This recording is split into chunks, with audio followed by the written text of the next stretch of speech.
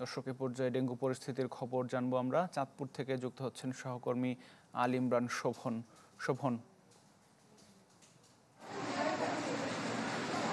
আমি এই মুহূর্তে রয়েছি চাঁদপুর 250 শয্যা বিশিষ্ট সরকারি জেনারেল হাসপাতাল সম্পর্কে বলি। শুধু এই চলতি মাসেই 25 জন ডেঙ্গু আক্রান্ত এই হাসপাতালে চিকিৎসাধীন রয়েছে, যা গত মাসের তুলনায় 15 জন বেশি। অর্থাৎ সর্বশেষ জুন মাসে হাসপাতাল থেকে 15 জন ডেঙ্গু আক্রান্ত রোগী চিকিৎসা নিয়েছেন। হাসপাতাল কর্তৃপক্ষ জানিয়েছেন যারা ডেঙ্গু আক্রান্ত হচ্ছেন এবং ডেঙ্গু আক্রান্ত রোগীদের চিকিৎসা সেবা দেওয়ার জন্য তারা কয়েকটি কক্ষ তারা বিশেষভাবে প্রস্তুত করেছেন এবং এসব কক্ষে ডেঙ্গু আক্রান্ত রোগীদের প্রয়োজনীয় চিকিৎসা সেবা দেওয়া হচ্ছে।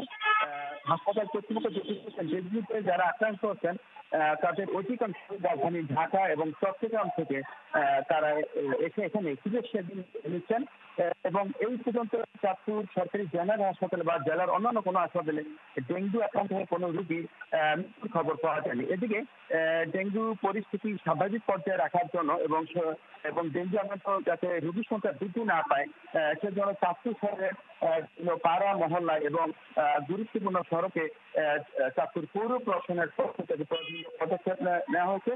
ইতিমধ্যে পৌর এলাকার বিভিন্ন স্থানে তারা মশার ওষুধ ছিটিয়েছেন এবং পরিষ্কার পরিচ্ছন্নতা অভিযান চলেছেন।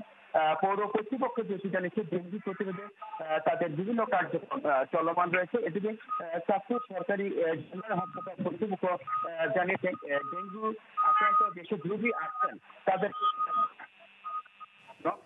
ডাক্তার এবং জি শোভন, অনেক ধন্যবাদ যুক্ত হবার জন্য। আমরা ডেঙ্গু পরিস্থিতির খবর জানছিলাম সহকর্মী আল ইমরান শোভনের কাছ থেকে।